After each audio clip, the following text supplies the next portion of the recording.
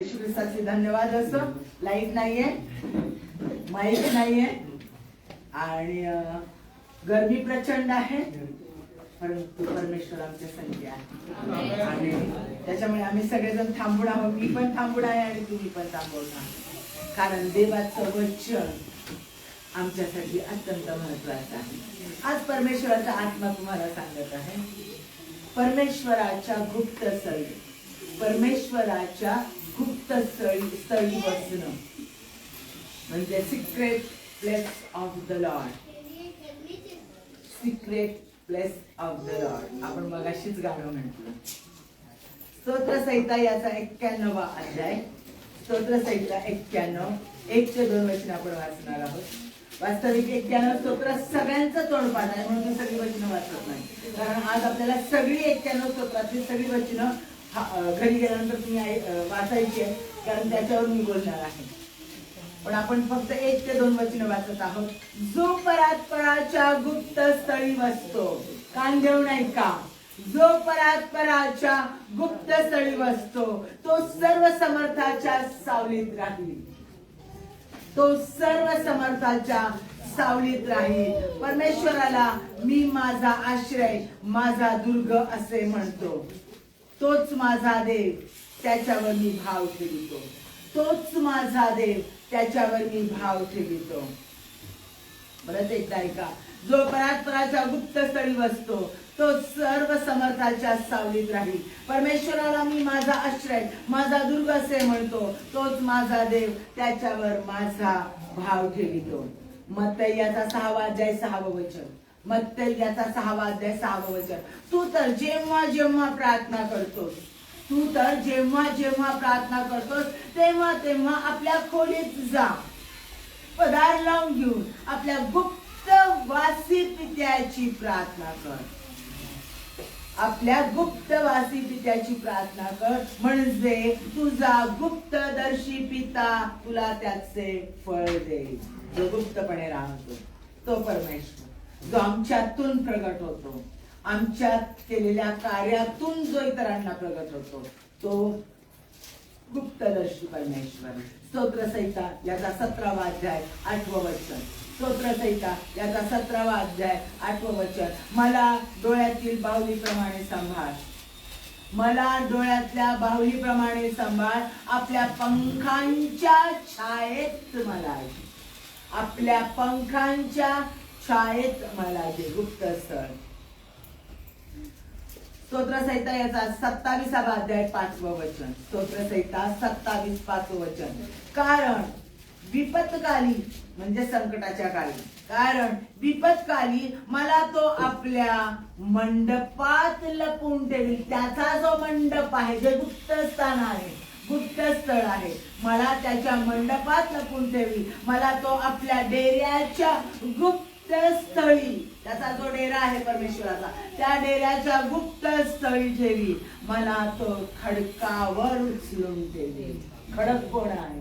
Yeshu Christ, rock of सॅल्वेशन, तारणाचा खडक येशू ख्रिस्त बाजू सांगतो. आणि मला तो खडकावर उचलून ठेवी. स्तोत्रसंहिता 31:20 वचन. स्तोत्रसंहिता 31:20 वचन. तू आपल्या समक्षतेच्या गुप्त स्थळी मनुष्याच्या कारस्थानापासून, दुष्ट लोक आमच्याबद्दल कारस्थान करतात, आमचं वाईट करण्याचं योजतात, त्या कारस्थानापासून त्यांना लपवितोस. शब्द कलहापासून त्यांना आपल्या मंडपात सुरक्षित ठेवतो. शब्द कलहापासून त्यांना आपल्या मंडपात सुरक्षित ठेवतो. आपल्या समक्षतेच्या गुप्त स्थळी, मनुष्याच्या कारस्थानापासून. मनुष्य कारस्थान करतो ना, दुष्टाईने दुष्टी योजना करतो, त्या कारस्थानापासून लपवून, शब्द कलापासून, भांडणापासून, वाद निर्माण करण्यापासून, त्रास देणाऱ्या लोकांपासून आम्हाला मंडपात सुरक्षित ठेवेल. त्याच्या मंडपात, त्याच्या गुप्त स्थळी सुरक्षित ठेवेल. माझ्या प्रियांनो, परमेश्वराने आपल्याला इथं सांगितलेले गुप्त स्थळ, secret place of the Lord, परमेश्वराचं गुप्त स्थान. जो परमेश्वराच्या गुप्त स्थानीवर बसतो तो सर्व समर्थाच्या सावलीत राहील. 91 स्तोत्रामध्ये कोरोनामध्ये सगळेजण 91 स्तोत्र गात होते, म्हणत होते, वाचत होते, त्याच्यावर प्रार्थना करत होते. बरोबर आहे, अजूनही चालू आहे. का? कारण त्यांचा सगळे आशीर्वाद आम्हाला त्याच्यामध्ये आढळून येतात. पण त्याच्या सुरुवातीलाच सांगितलेलं ते आशीर्वाद कुणाला प्राप्त होतात? जो सर्व समर्थाच्या गुप्त सावलीत राहील, गुप्त स्थळी राहील, त्याच्या सावलीत राहील, त्याच्या जवळ, त्याच्या सानिध्यात राहील. गुप्त स्थळी राहणं, गुप्त स्थान म्हणजे काय जे कुणालाही माहिती नाही. गुप्त स्थान म्हणजे जे कुणालाही माहित नाही त्यालाच गुप्त म्हणतो. जे उघड होतं त्याला गुप्त म्हणू शकत नाही. आम्ही सकाळीच प्रार्थनेला उठतो. 4 वाजता रोजची आमची प्रार्थना होते. 5 वाजता आम्ही रोज प्रार्थनेला उठतो. मी रोज प्रार्थना करते सकाळी 4 वाजता उठून, रोज प्रार्थना करते 5 वाजता उठून. आम्ही ग्रुपवर प्रार्थना करतो, मोबाईलवर एकत्र प्रार्थना करतो आणि आमच्या प्रत्येक प्रार्थनेचं उत्तर मिळतं. खूप छान, केलंच पाहिजे,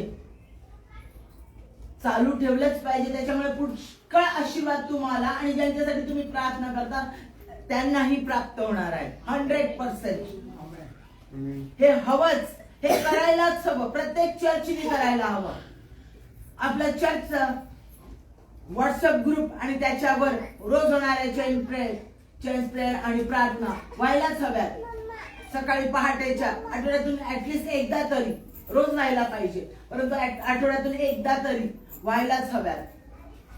पण मग जर हे स्थान सगळ्यांना कळालेलं आहे तर मग हे गुप्त स्थळ होऊ शकतं का? नाही. लक्षात घ्या, मग हे गुप्त स्थळ होऊ शकत नाही. मी मंदिरात आम्ही सगळेजण येऊन प्रार्थना करतो, गुप्त स्थळ आहे का? नाही. आम्ही 4 जणी येऊन प्रार्थना करतो, करायलाच पाहिजे. चर्चमध्ये येऊन प्रार्थना करायलाच पाहिजे, पण हे गुप्त स्थळ आहे का?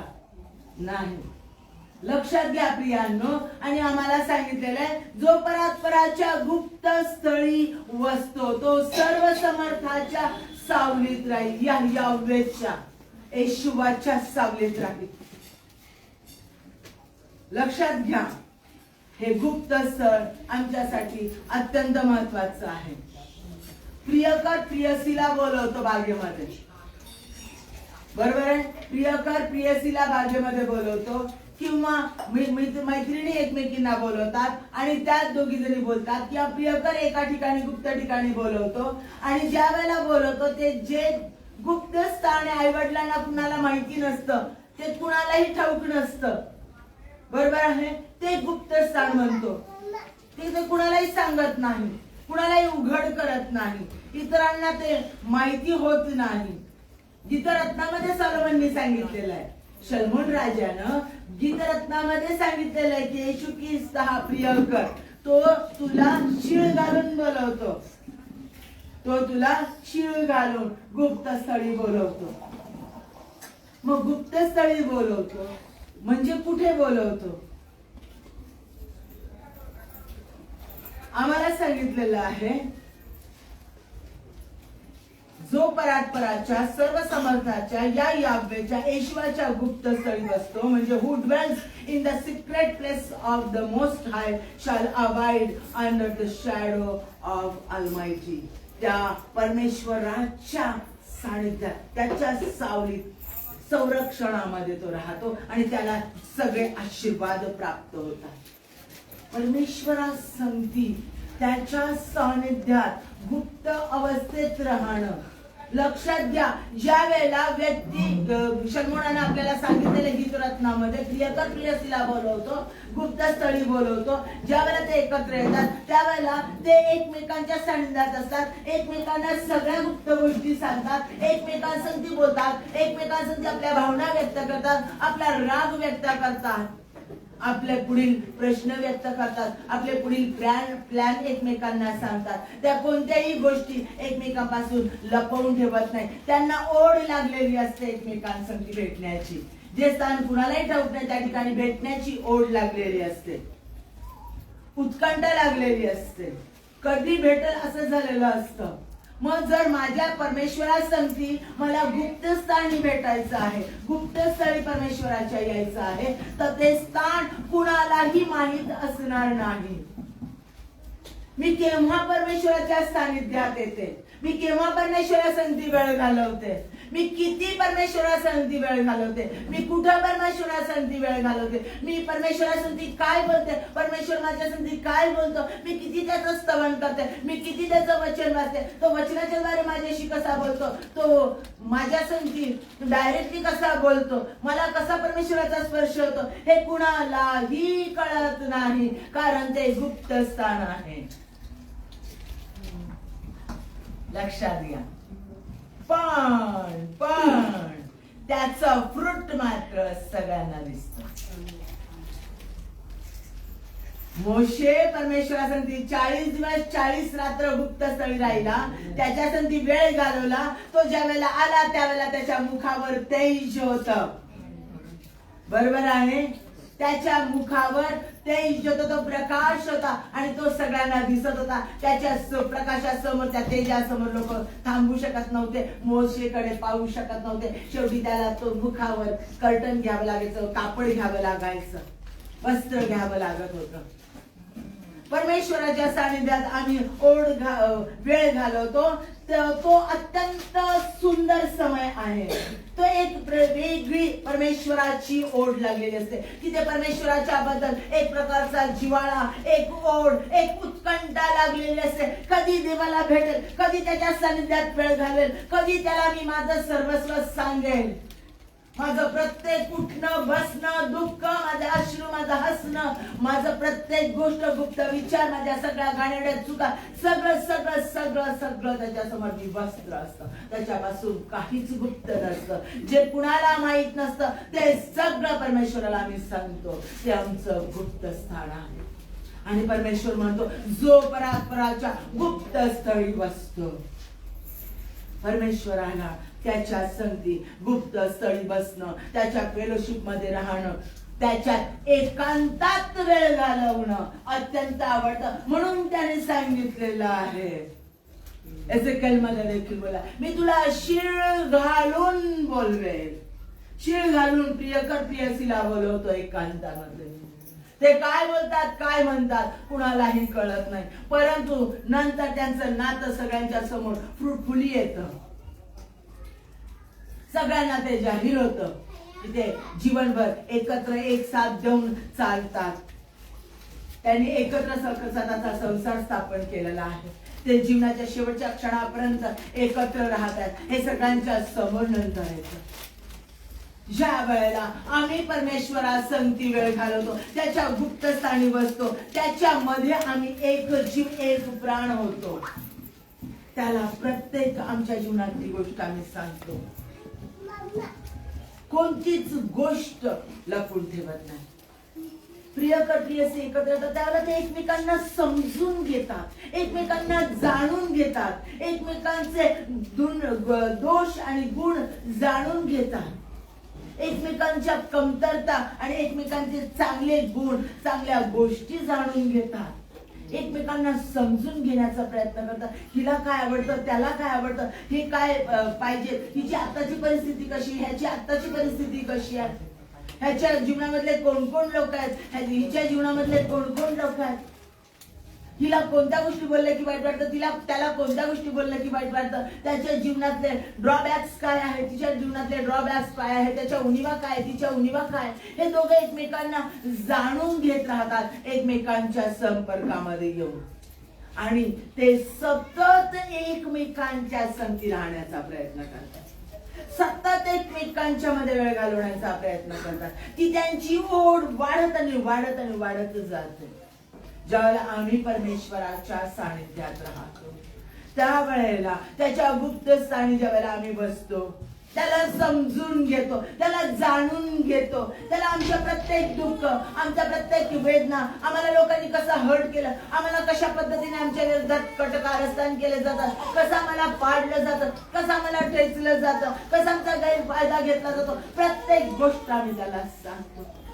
मी कशा चुका करते, माझ्याकडून काय घडतं, माझ्या मध्ये कसे दोष आहे, मी या दोषातून कशी बाहेर येऊ शकत नाही, मी किती दुबळी पडते, किती वेळेला मी ठरवते आणि परत माझ्याकडून त्याच चुका घडत जातात. ह्या सगळ्या गोष्टी परमेश्वराच्या सानिध्यात, त्याच्या गुप्तस्थळी बसत असताना, त्याच्या जवळ असताना आम्ही या सगळ्या गोष्टी त्याच्या समोर उघड्या करतो, सगळ्या गोष्टी त्याला सांगतो. आणि हे जगाच्या प्रेमासारखं नाही, जगाच्या प्रियसीच्या प्रेमासारखं नाही प्रियांनो, कारण तो शीळ घालतो, त्या शीळीत सामर्थ्य आहे.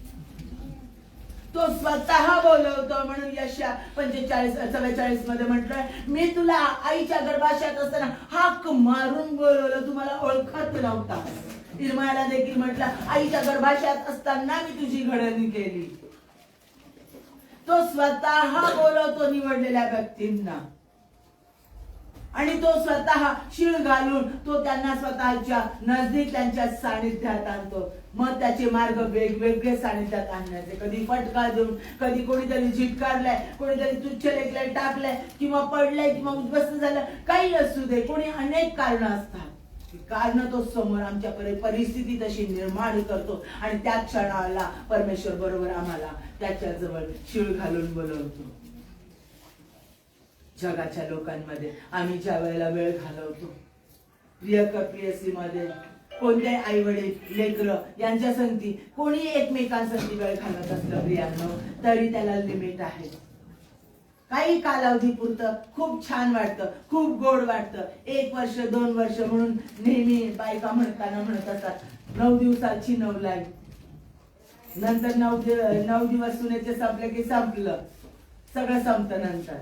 परंतु जो गोडवा आहे तो सगळा कमी होत जातो, हळूहळू ओढा कमी होत जातो, हळूहळू अट्रॅक्शन कमी होत जातं, हळू किती जबरदस्त मैत्री असली, हळूहळू प्रश्न, समस्या, प्रॉब्लेम येतात, हळूहळू एकमेकापासून हळूहळू बाजूला जातात.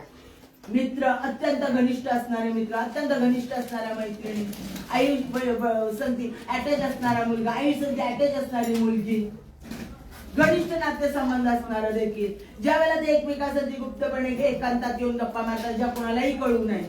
आई पण मारते आपल्या मुलांसाठी गप्पा, की ज्या बापाला नाही कळलं पाहिजे, कुणालाच नाही कळलं पाहिजे. मित्रांसंगती पण गप्पा मारतात, ज्यांची पवित्र आणि शुद्ध मैत्री असते, ते देखील सगळ्या गोष्टी एकमेकांना शेअर करतात. आता त्या मैत्रीचं घाणेरडं नातं निघालेलं आहे. परंतु मैत्री ही देखील परमेश्वरापासून, योनाथानाची आणि दाविदाची मैत्री परमेश्वराला आवडणारी मैत्री होती, पवित्र मैत्री, आणि देवाला आवडते अशी मैत्री. ते देखील एकमेकांमध्ये सगळ्या गुप्तस्थानी, योनाथान दाविदाला बोलवतो एका गुप्तस्थळी, आणि दावीद त्याला सांगतो की तुझा बाप माझ्या विरोधामध्ये लागलेला आहे, तो माझा जीव घ्यावायच पाहत आहे. आपलं सिक्रेट त्याला सांगतो. तो राजाचा मुलगा असून देखील त्याचाच बाप त्याच्या विरोधात लागलाय, तरी देखील विश्वासानं त्याचं इतकं रिलेशन क्लोज आहे, एवढी दोघांना एकमेकांची ओढ आहे, ते भेटून त्याने सांगितलं. आणि तो म्हटलं असं होऊ शकत नाही, मी पाहतो. आणि त्याने अनुभव घेऊन, त्यानं बघितल्यानंतर तो परत त्याच्याकडे आला, परत त्याला गुप्तस्थानी बोलवलं, आणि परत ते दोघं जण बोलले, आणि त्याने सांगितलं, होय माझा बाप तुझ्या पाठीमागे लागलेला आहे, इथं थांबू नको, निघून जा, थांबू नकोस, इथे पळून जा माझ्या बापापासून, माझा बाप तुझा घात कर. ही घनिष्ठ मैत्री, आणि हे त्यांचं एकांतात सगळ्या गोष्टी शेअर करून बोलणं, जे कुणालाही, कोणत्याही सैनिकांना आणि कुणालाही, राजाला कुणालाही माहिती झालं नाही, हे गुप्तस्थळी बोलणं. पण यामध्येही दुरावा निर्माण होतो. कितीही प्रेम असेल तोड हळूहळू कमी होत जाते. अनेक समस्यांमुळं, अनेक वाईट गोष्टींमुळं, किंवा स्वभावामुळं, किंवा कोणत्या चुकीच्या गोष्टीमुळं ओढ कमी होत जाते. पण परमेश्वर असा एकमेव देव आहे, याहवे येशूवा असा पवित्र देव आहे, असा सामर्थ्याचा देव आहे, की तो ज्या वेळेला शीळ घालून जवळ बोलवतो, त्याची ओढ कधीच कमी होत नाही, ती वाढत आणि वाढत आणि वाढत आणि वाढत आणि वाढत आणि वाढतच जाते, ती कधीच कमी होत नाही. तो ज्या वेळेला आपल्या लेकराला गुप्तस्थळी ओढून घेतो, ते त्यांचं गुप्त स्थळामध्ये, त्या गुप्त ठिकाणी परमेश्वराचं आणि त्याच्या दासाचं, दासीचं एकत्र राहणं वाढत जातं, ते कधीच कमी होत नाही.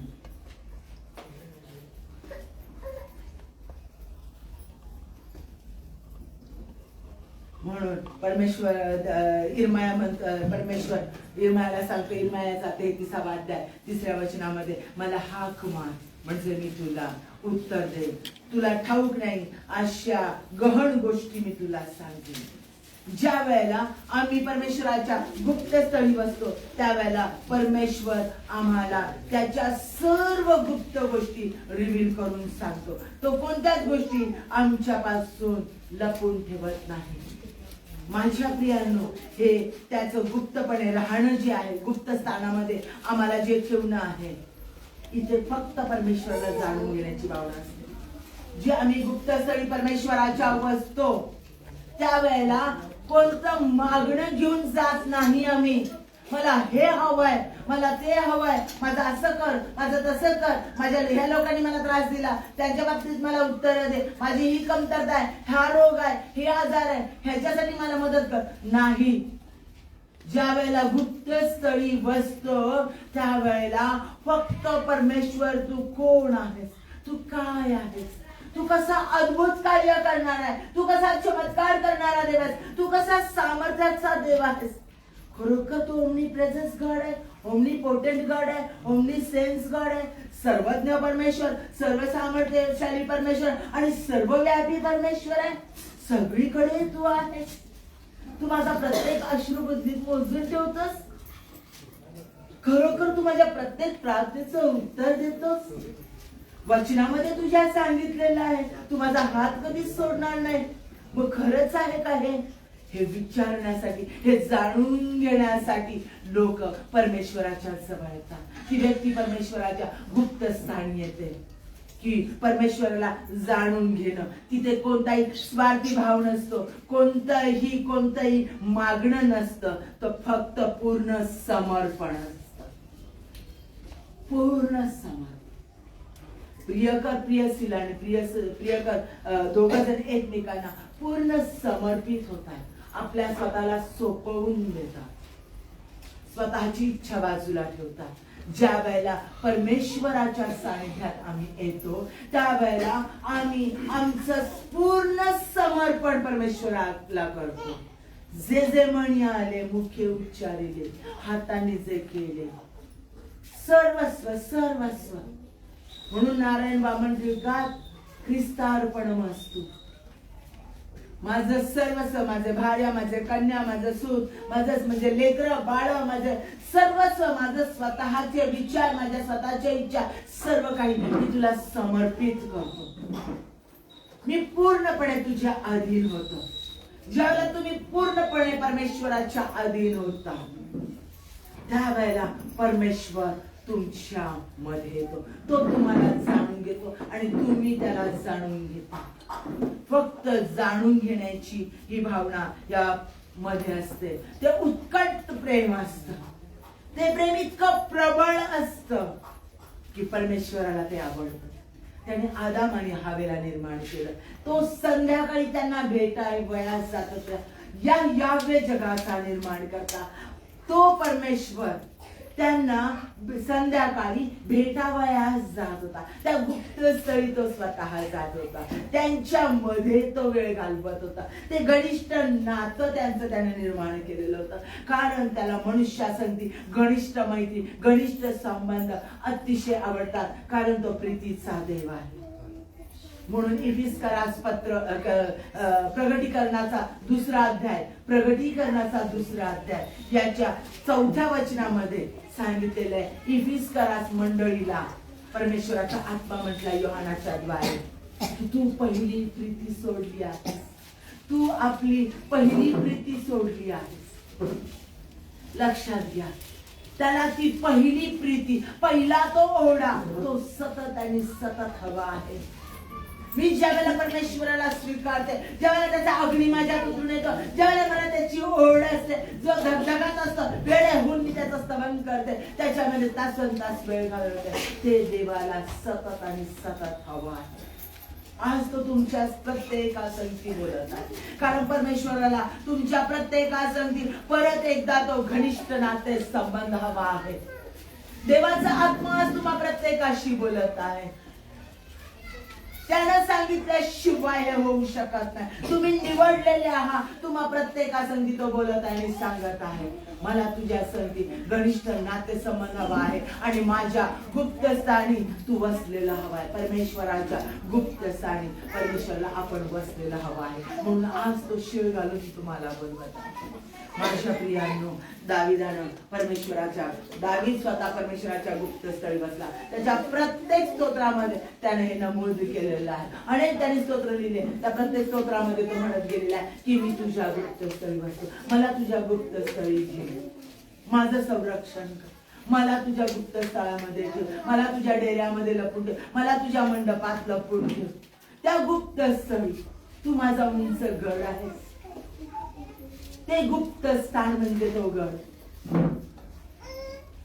आणि म्हणून परमेश्वर म्हणतो माझ्या मनाजोगा. कुणाबद्दल तो म्हटला नाही, पण दाविदाबद्दल तो म्हटला तो माझ्या मनाजोगा आहे. कारण दाविदाला परमेश्वराच्या गुप्त स्थळी जाणं आवडत होतं आणि म्हणून त्यानं सिंहाला फाडून टाकलं. कारण त्यानं गुप्त स्थळी तो बसलेला होता. त्याच्यामध्ये ते देवाचं सामर्थ्य प्रगट झालेलं होतं.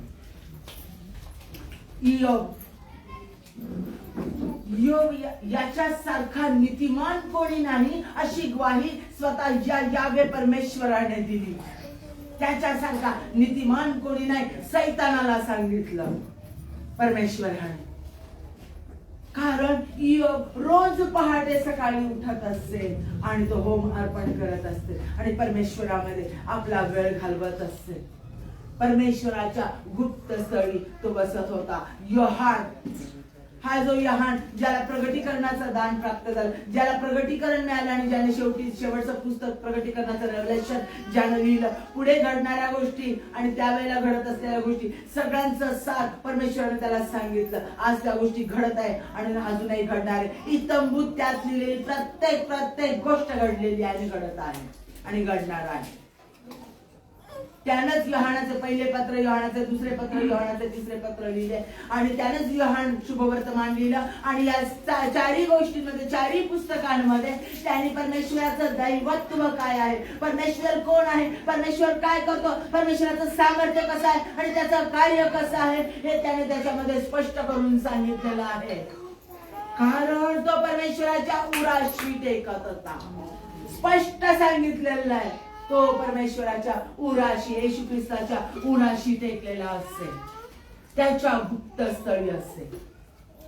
आणि म्हणून त्याला परमेश्वरानं स्वतःचं सगळं रेव्हलेशन दिलेलं होतं. अब्राहम ज्या वेळेला परमेश्वर सदोम आणि गमोराला नाश करण्यासाठी चाललेला होता, त्या वेळेला म्हटला की मी त्याच्यापासून माझ्या काही गुप्त गोष्टी लपून ठेवू का? नाही, मी अब्राहमाला सगळं सांगेन. अब्राहम परमेश्वराच्या गुप्त स्थळी बसत असे म्हणून त्याला विश्वासाचा पिता म्हटलेला आहे. एलिया म्हणतो मी त्याच्या उदरास राहत असे. मला हा शब्द प्रचंड आवडतो. पहिले राजन दुसरे राजामध्ये जर तुम्ही बघितलं, एलिया सांगतो मी त्याच्या उदरास राहत असे. परमेश्वराच्या उजरास म्हणजे सतत त्याच्या सानिध्यात, त्याच्या गुप्त स्थळी हा एलिया बसत असे आणि म्हणून परमेश्वराचं प्रचंड सामर्थ्य त्याच्यावर उतरून आलं. मोशेचं उदाहरण बघितलं, तो परमेश्वराच्या गुप्त स्थळी बसत असे म्हणून परमेश्वराचं तेज त्याच्यावर होतं आणि देवाने त्याला सगळे अधिकार दिलेले होते.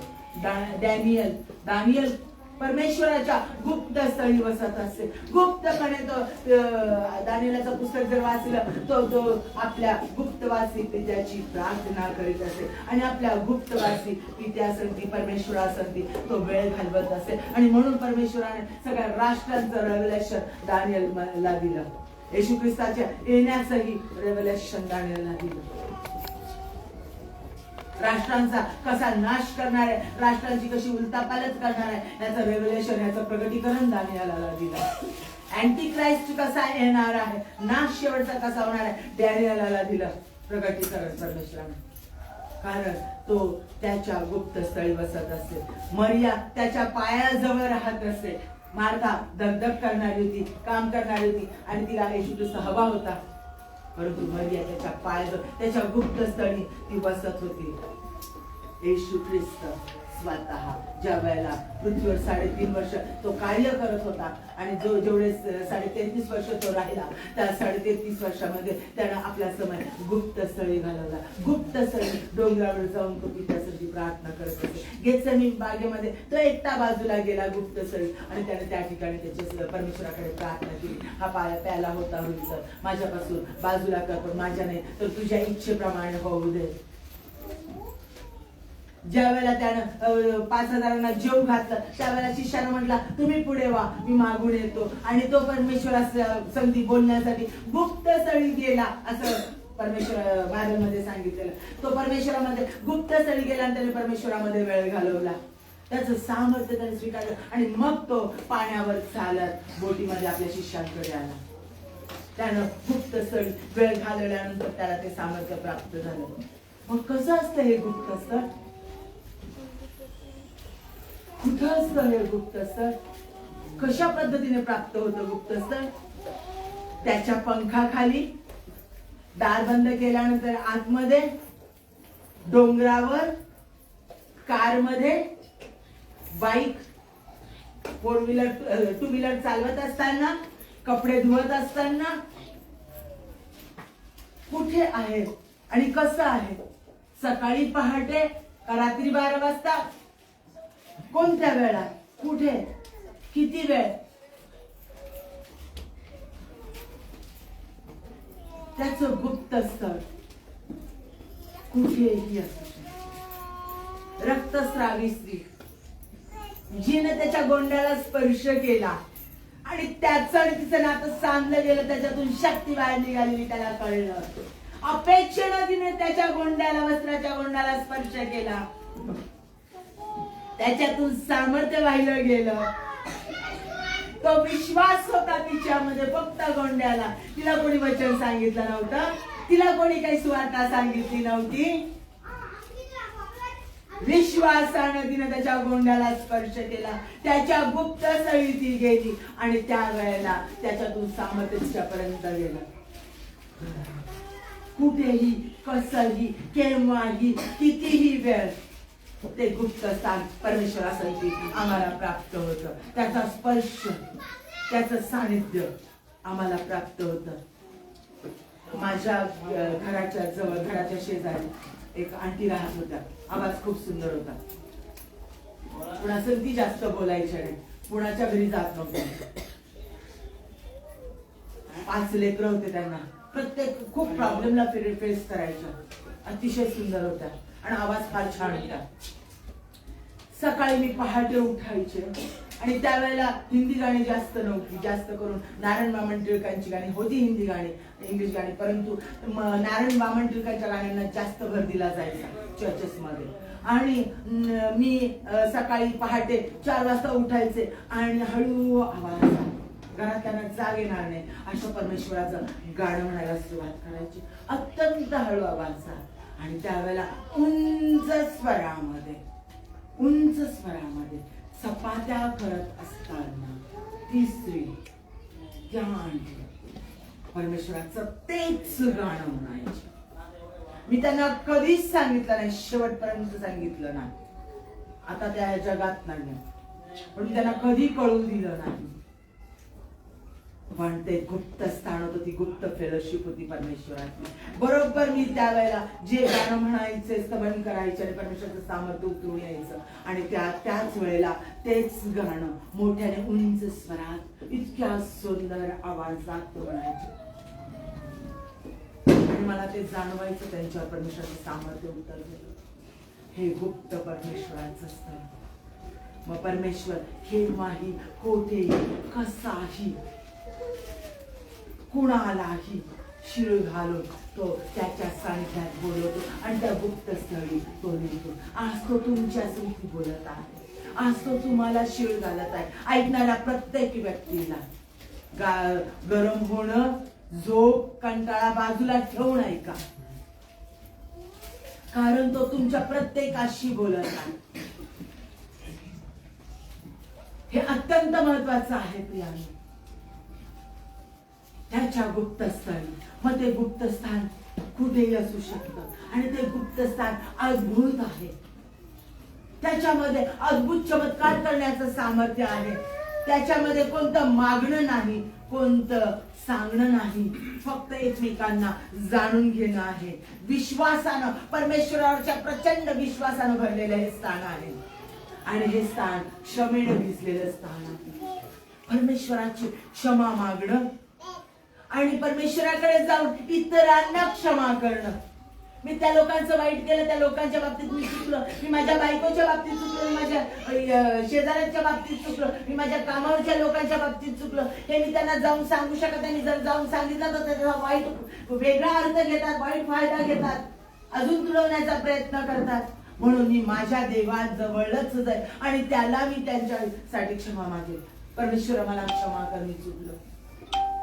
ते क्षमेचं स्थान, ते आशेनं भरलेलं स्थान. अशक्य गोष्टी आहेत जीवनातल्या, पण मला माहितीये मी त्याच्या सानिध्यात वेळ घालवेल. तो म्हणतो तू तुझं ओझं माझ्यावर टाक आणि मी ते वाहीन, मी तुला उत्तर देईन. मग मी माझं ओझं सगळं त्याच्यावर टाकेल. ओझं टाकण्याचं स्थान, त्याच्या हातात सर्वस्व समर्पित होण्याचं स्थान. तुला काय हवंय ते कर, पवित्र होण्याचं स्थान. येशूच्या रक्ते धुतले धुण्याचे कुंडसा, जे पापी त्यात घातले ते होते शुद्ध. त्याच्या रक्तात धुण्याचं ते स्थान, गुप्त स्थान. त्याच्या प्रीतीनं भरण्याचं स्थान आणि त्याच्या प्रीतीत ओथंबण्याचं ते स्थान आहे. ते सुरक्षित स्थान, तिथे खरा आनंद आहे. ते आनंदाचं अद्भुत स्थान आहे. मग कसं जाल त्या ठिकाणी, त्या स्थानामध्ये मी कसा प्रवेश करेल, त्या स्थानामध्ये मी कसा जाईल. तो तर मला शिळ घालून बोलवत आहे, तो मला सांगत आहे तू माझ्या गुप्तस्थळी बस. मग त्या स्थानामध्ये मी कसा जाईल. सर्वात प्रथम ज्या वेळेला आम्ही परमेश्वराला आमचा तारणारा देव म्हणून स्वीकारतो, तो माझ्यामध्ये आणि मी त्याच्यामध्ये राहतो. त्याचं वचन ज्याला मी ऐकतो आणि त्याचं वचन मी वाचतो, त्या वेळेला तो माझ्यामध्ये आहे आणि त्या वेळेला मला त्याच्या गुप्तस्थानी बसण्याचा अधिकार आणि संधी प्राप्त होती. आणि त्या वेळेला मला तो शिळ घालतो, ती शिळ मला ऐकायला येते. कारण तो बोलतो, मेंढरेच त्याची वाणी ऐकतात म्हणून सांगितलं देवाच्या वचनामध्ये. योहानाच्या अध्यायामध्ये सांगितलेलं, मेंढरे त्याची वाणी ऐकतील. का? कारण मेंढरांनाच तो गुप्त स्थळी बोलवेल, लांडग्यांना नाही. लांडग्यांपर्यंत सुवार्ता जाईल, पण ते निवडलेले नाही, हे लक्षात घ्या. दुसरी गोष्ट म्हणजे 2 आज्ञा दिल्यात. पूर्ण मनाने तू आपला देव परमेश्वर याचवर पूर्ण मनाने, पूर्ण शक्तीने, पूर्ण अंतःकरणाने प्रीती कर. आणि जशी आपणावर तशी आपल्या शेजाऱ्यावर प्रीती कर. हे याच्यावर पूर्ण नियमशास्त्र आधारलेलं आहे. या 2 आज्ञा ज्या वेळेला मी पाळते, त्यावेळेला मला तो त्याच्या गुप्तस्थळी खेचून घेतो. त्यावेळेला मला तो त्याच्या गुप्तस्थळी खेचून घेतो. ज्यावेळेला मी, तिसरं म्हणजे मी पूर्ण समर्पित होते त्याला. तुला काय हवं ते कर माझ्या जीवनात, जे तुला हवं ते कर, काय करायचं कर, माझा विश्वास आहे तुझ्यावर. मला माहिती आहे तू माझ्यासाठी उत्तम ते करणार आहे. विश्वास ठेवा. खूप लोकांना विश्वास नाही. देवाच्या हातात दिलं ना तर त्याची इच्छा पूर्ण हो म्हटलं ना की फार डेंजर असतं. मग तो आपल्याला डेंजर उलटा पालटा करतो. मग खूप संकट येतात आणि मग खूप डेंजर हे होतं. मग हे करू शकत नाही, ते करू शकत नाही, ते करू शकत नाही, ते करू शकत नाही. आपली प्रिय व्यक्ती सोडावी लागते, आपलं सगळं. हे सगळ्यांच्या मनात ठासून बसलेलं आहे प्रियानो. अहो, तुमच्या आईला जर तुम्ही म्हटला मला जे तुला उत्तम माझ्यासाठी वाटतं ते मला दे, तर तुमची आई तिला स्वतःला जे उत्तम वाटतं तेच तुम्हाला देणार. तुमचा बाप स्वतःला जे उत्तम वाटतो तेच लेकराला देणार. मासा मागितला असता साप देईल का? भाकर मागितली भुकेला दगड देईल का? म्हणून घे दगड खा. नाही ना. मग तो तर परमेश्वर यावे त्यानं निर्माण केलंय तुम्हाला. तुमच्या आई वडिलांनी नाही निर्माण केलं तुम्हाला, परमेश्वरानं निर्माण केलेलं आहे. आणि तो परमेश्वर, लक्षात घ्या, त्याला पूर्ण समर्पित व्हा. काय तुला हवं ते करा. तो उत्तम तुमच्यासाठी जे आहे तेच करेल, हे लक्षात ठेवा. आणि ज्याला परमेश्वराची ओढ लागते परमेश्वराचं राहणं, परमेश्वरामध्ये राहणं आणि परमेश्वराला स्वतः ठेवणं आवडतं, त्याला गुप्तस्थळी परमेश्वर घेतो. आता गुप्तस्थळी राहिल्याच्या नंतर, देवाच्या गुप्तस्थळी ज्या वेळेला आम्ही राहतो त्यावेळेला काय घडतं, काय होतं त्या गुप्तस्थळी राहिल्याच्या नंतर? प्रार्थनेला तर आम्ही एकत्र येतो, बरोबर आहे, आम्ही एकत्र वेळ तर घालवतो चर्चमध्ये, आम्ही फेलोशिप मिळते, चर्चमध्ये घालवतो, घरात प्रार्थना होते. पण ज्या वेळेला मी स्वतः गुप्तस्थळी परमेश्वराच्या बसते त्यावेळेला काय होतं तर परमेश्वराचं पूर्ण सामर्थ्य उतरून येतं. गूढ गोष्टी परमेश्वर आम्हाला उलगडून सांगतो. सगळ्यात महत्वाची गोष्ट गूढ गोष्टी. प्रियांनो, त्याच्या गुप्तस्थळी बसून बघा. यशाया, इर्मया, विलापगीत, एस्केल, होशे, आमोस, ओबद्या, योना, मिखा, हे सगळे जेवढे काही संदेष्ट होऊन गेले, ह्या संदेष्टांनी त्याच्या संगती गुप्त वेळ घालवलेला आहे आणि म्हणून त्याने स्वतःचं प्रगटीकरण गुप्त गोष्टी त्यांना सांगितलं. आदाम आपला गुप्त परमेश्वरामध्ये गुप्त स्थानी वेळ घालवत होता, परमेश्वराच्या गुप्त स्थानी, आणि म्हणून त्याला परमेश्वराने सगळ्या गोष्टी रिव्हील करून सांगितल्या. कारण आमोस मध्ये देवाचा आत्मा सांगतोय 3:7 मध्ये, आमोसाचा 3 अध्याय 7व्या वचनात, प्रभू परमेश्वर आपले रहस्य आपले सेवक संदेष्टे यास कळविल्याशिवाय खरोखर काहीच करत नाही. प्रियांनो, त्यांच्या मधले तुम्ही होऊ शकता. जो घनिष्ठ नाते संबंध परमेश्वर आपले हेतू संकल्प आपल्या योजना आपल्या लेकरांना आपल्या संदेष्टांना तो सांगतो, त्यांना तो संदेष्ट आपलं मुख बनवतो परमेश्वर. ज्या वेळेला आम्ही त्याच्या गुप्तस्थळी बसतो त्यावेळेला. दुसरी गोष्ट म्हणजे संकटापासून तो बचाव करतो. स्तोत्रसंहिता 32:7 मध्ये म्हटलंय, तू माझे आश्रयस्थान आहे, तू संकटापासून माझे रक्षण करशील, मुक्ततेच्या स्तोत्रांनी मला वेढशील. तो संकटापासून, अचानक आलेली मरी, अचानक आलेले आजार, संकट आपण बघितलेलं आहे ह्याच्यामध्ये स्तोत्र 91 मध्ये बघितलेला आहे. तो त्या सगळ्यापासून आमचं रक्षण करतो. तुझ्या बाजूस शस्त्रावधी पडले, तुझ्या उजव्या हातात लक्षावधी पडले तरी तुला ती भेटणार नाही. त्या सगळ्या संकटातून तो आमचं रक्षण करतो. त्याचं स्पष्ट अभिवचन आहे, सैतानाची सत्ता आमच्यावर चालत नाही, त्याच्या संकटाची उद्ध्वस्त करण्याची सत्ता आमच्यावर चालू शकत नाही. तिसरं म्हणजे वैर्यापासून तो आमचं रक्षण करतो. हा गर्जणारा वैरी जो आहे, स्तोत्रसंहिता 143:9 मध्ये सांगितलंय, हे परमेश्वरा माझ्या वैर्यापासून मला मुक्त कर, मी तुझ्या पाठीशी येऊन लपलो आहे. दुसरं सांगितलं स्तोत्र 61:3 आणि 4 वचनात सांगितलंय, कारण तू माझा आश्रय, वैर्यांपासून लपण्यास बळकट दुर्ग असा होत आला आहेस. तुझ्या मंडपात मी सर्व काळ राहील, मी तुझ्या पंखांच्या छायेचा आश्रय करेल. म्हणजेच त्या पंखाखाली राहणं, त्याच्या गुप्तस्थळी राहणं.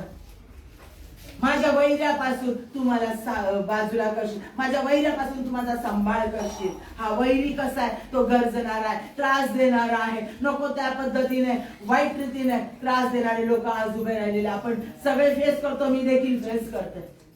पण त्यावेळेला परमेश्वर आमचं रक्षण करतो.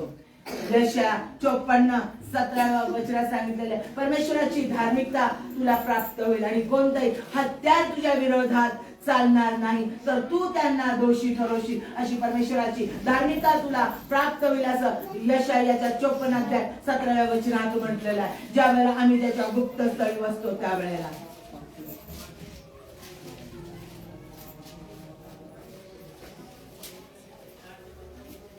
आम्ही त्याच्या गुप्तस्थळी बसतो त्यावेळेला आमचं जीवन बदलून जातं. मोशेचं जीवन त्यानं, मोशे कसा होता, मोशेचं जीवन त्यानं बदलून टाकलं. योहानाचं जीवन त्यानं बदलून टाकलं. शाऊलाचा त्यानं पाऊल केलं, त्यानं मरियेला बदलून टाकलं. तो जीवन बदलवून टाकतो ज्यावेळेला आम्ही त्याच्या गुप्तस्थळी बसतो. तिसरी गोष्ट म्हणजे आम्ही ज्यावेळेला त्याच्या गुप्तस्थळी बसतो त्यावेळेला तो आम्हाला पवित्र करतो. कारण तो पवित्र देव आमच्यात राहतो आणि तो त्याच्यामध्ये आम्हाला ठेवतो आणि त्याच्या गुप्तस्थळी राहत असताना त्याचं पावित्र्य आमच्यामध्ये कंटिन्युअसली पाझरत राहतं. अशुद्धता आमच्यामध्ये राहू शकत नाही. अशुद्ध विचार, अशुद्ध संबंध, अशुद्ध गोष्टी, अशुद्ध नातेसंबंध आमच्यामध्ये कधीच राहू शकत नाही. कारण तो आम्हाला पवित्र करतो. पुढचं म्हणजे तो आम्हाला उच्च स्थानावरून चालवतो. शत्रू आम्हाला पाडू शकत नाही. मनुष्याचे निर्णय, मनुष्याच्या योजना आमच्या जीवनात पूर्ण होत नाही, तर देवाच्या योजना आमच्या जीवनात पूर्ण होतात. कारण आमचं भविष्य कोणत्या व्यक्तीच्या हातात, आमच्या बॉसच्या हातात, आमच्या शेजाऱ्यांच्या हातात, आमच्या दुर्जनांच्या, शत्रूच्या हातात, आमच्या नातेवाईकांच्या हातात, आमच्या स्वतःच्या हातात नव्हे, तर आमचं भविष्य परमेश्वराच्या हातात आहे. आणि तो आम्हाला उच्च स्थानावरून चालवतो. तो पुढचं म्हणजे तो आम्हाला कुणाच्याही हाती देत नाही. दाविदाने चूक केली शिरगंती करण्याची, आणि दाविदाला सांगितलं तुला काय करावं, परमेश्वराच्या हातात पडणं योग्य का तुला लोकांच्या हातात पडणं योग्य का आजाराच्या हातात पडणं. तो म्हटला परमेश्वरा मला तुझ्या हातात पडणं, शासन कर पण तुझ्या हातात, तुझ्या हातात, माझ्या शत्रूच्या हातात आणि आजाराच्या हातात आणि मरीच्या हातात आणि दुष्काळाच्या हातात मला देऊ नको. परमेश्वर आम्हाला दुसऱ्यांच्या हातामध्ये देत नाही. सैतानाच्या पुढचं म्हणजे ज्या वेळेला आम्ही त्याच्या गुप्त स्थानी बसतो त्यावेळेला सैतानाच्या योजना नष्ट करण्याचं सामर्थ्य आम्हाला प्राप्त होतं. म्हणून म्हटलं अजगर व नाग यांच्यावर तू पाय देऊन चालशील. कोणत्या अशुद्ध शक्ती तुझ्यावर चालणार नाही. ज्या वेळेला तू त्याच्या गुप्त स्थळी बसतो त्यावेळेला, तू त्याच्या गुप्त स्थळी बसतो त्यावेळेला त्याचं सामर्थ्य तुम्हाला प्राप्त होतं. अजगर कोणते करणी, अजगर म्हणजे करणीचे प्रकार आणि नाश करणारी शक्ती, ते कधी तुम्हाला स्पर्श करू शकत नाही. त्याच्यावर तुम्ही येशू ख्रिस्ताच्या नावात पाय घेऊन चालता. पुढे म्हणजे तुम्हाला परमेश्वरापासून संरक्षण प्राप्त होतो. तो तुमचा उंच गड होतो. त्या गडामध्ये मी जाईल. गुप्त स्थान म्हणजे संरक्षणाचा उंच गड. पुढचं गोष्ट म्हणजे आम्ही ज्या वेळेला त्याच्या गुप्त स्थळी बसतो त्यावेळेला आम्हाला त्याचं ज्ञान प्राप्त होतं. पूर्ण त्याचं ज्ञान आम्हाला प्राप्त होतं.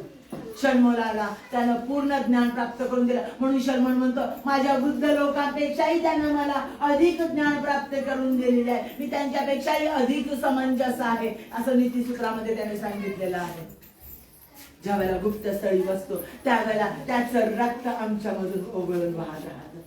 आणि त्याच्या रक्तामध्ये, त्याला बसलेल्या पटक्यांमध्ये आरोग्य देण्याचं सामर्थ्य, ते सामर्थ्य आमच्यामध्ये सदैव राहतं.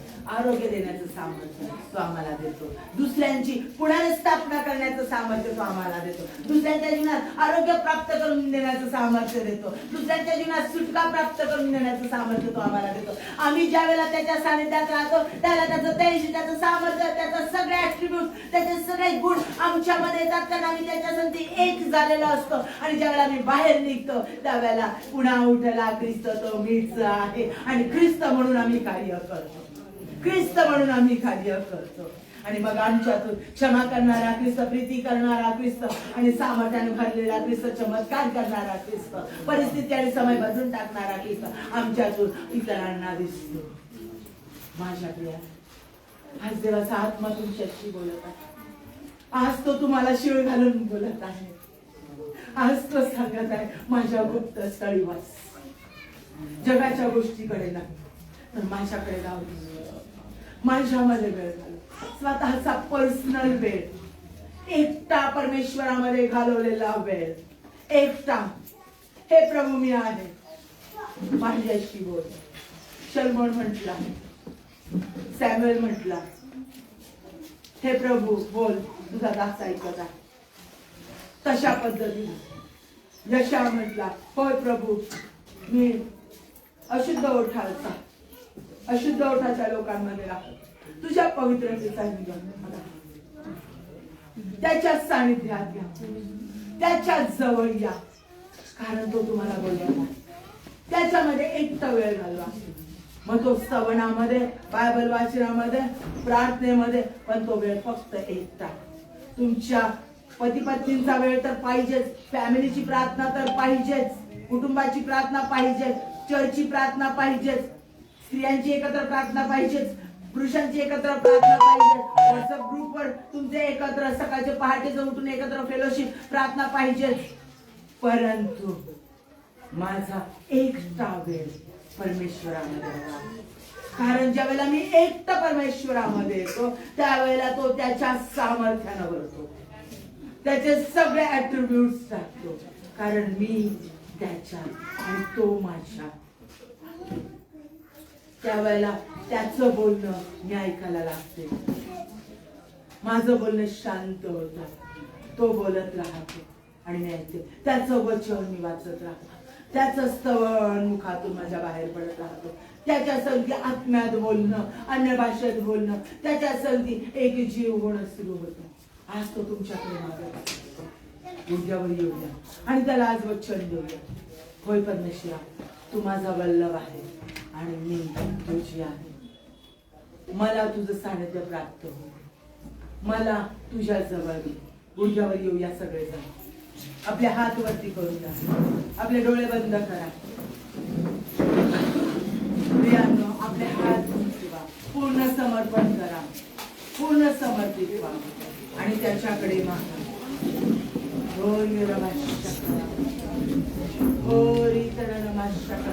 तेरे पास आता हूँ यीशु,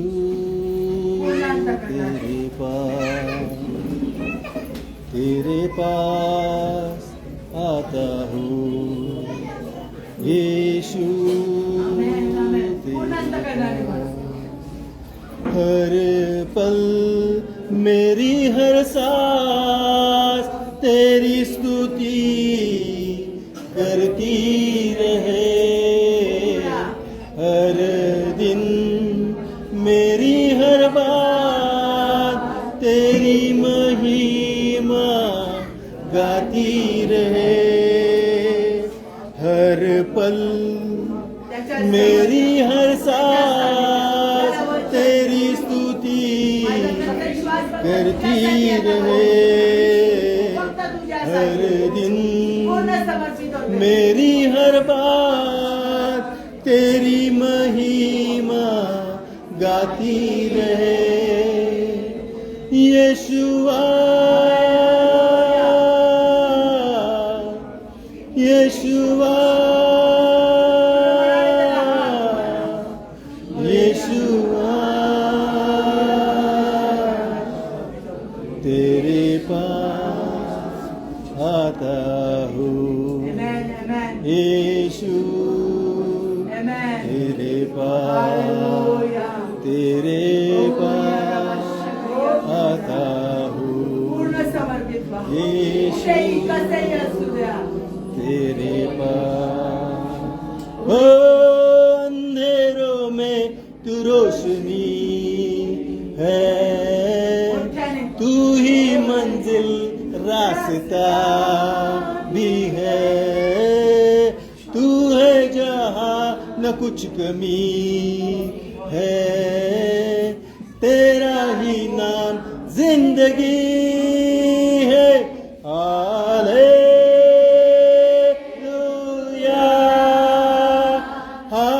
हालेलुया, हालेलुया,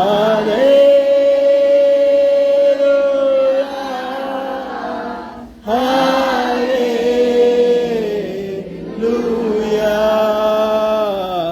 तेरे पास आता हूँ त्याच्याशिवाय कोणी जवळ यीशु, तो खरा आनंद देणारा, तो सामर्थ्याचा देव, तो अशक्य गोष्टी तुमच्या तेरे जीवनात पास तो तुम्हाला बदलवणारा, ती परिस्थिती बदलवणारा देव.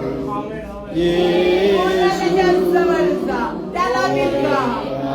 कोणी हलणारा हलणारा हर पल मेरी हर सांस तेरी स्तुति करती रहे.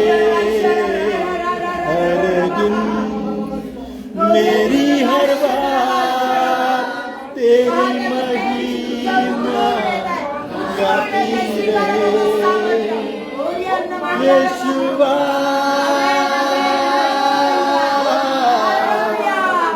यीशुआ,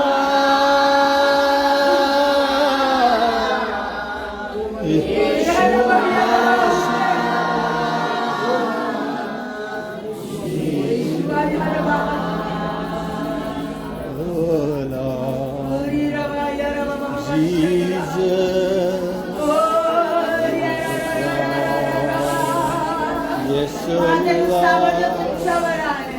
आपलं बोल उघडा आणि त्याचं समर्पण करा. पूर्ण समर्पित व्हा. ये रे बाबा, ये रे बाबा. ओ, या रे बाबा. ओ, या रा, या रा, रा, रा, बा. ओ, या ला, या तिला ना, या तिला ना, या रे बाबा, या रे बाबा. Hallelujah. Oh God.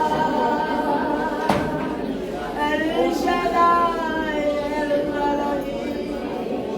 Oh Yeraba, Dinana, Yasiraba. Oh Yela, Yasinandaraba. Jehovah Shalom. Jehovah Nissi, oh Yana. Hallelujah, hallelujah, hallelujah. Ya Yahweh, oh Yerabah, ya Dinana, ya Lashaya. परमेश्वर आम्ही तुझा धन्यवाद धन्यवाद धन्यवाद धन्यवाद. आज तू आमची भेट घेतली, आमच्याशी बोलला, आम्ही तुझे आभार. खरोखर तुझ्या गुप्त स्थळी आम्हाला सतत आणि सतत वाचता येऊ. सर्व समर्थाच्या सावलीदेशी ख्रिस्त आम्हाला परमेश्वराच्या ओळींतर बाबा शगड्यांतर बाबा. तू आमचा सर्व समर्थशाली परमेश्वर आहे. तुझ्या सावलीमध्ये आम्हाला तुझ्या सामर्थ्यामध्ये आम्ला ओंतर हा यार बहा. आणि तुझीच योजना आमच्या जीवनात तो परमेश्वर आम्ही तुझी स्तुती करतो. आज तुमची भेट घेतली, आमच्याशी बोलला आणि तुझं वचन कार्य केल्याशिवाय परत पाठीमागे जात नाही. यशा 55 मध्ये तू सांगितलेलं असं वचन आम्ही त्या दिवशीच्या नावात क्लेम करतो. ऐकलेल्या प्रत्येक व्यक्तीला तू स्पर्श बाबा परमेश्वर इथं चर्च मध्ये असणाऱ्या, युट्यूब वर असणाऱ्या आणि फेसबुक वर असणाऱ्या प्रत्येक व्यक्तीला पिता पुत्र पवित्र आत्मा आज येशूच्या नावात तू स्पर्श कर. येशूच्या नावात आणि तू घातलेली शिवी त्यांना ऐकता येऊ दे.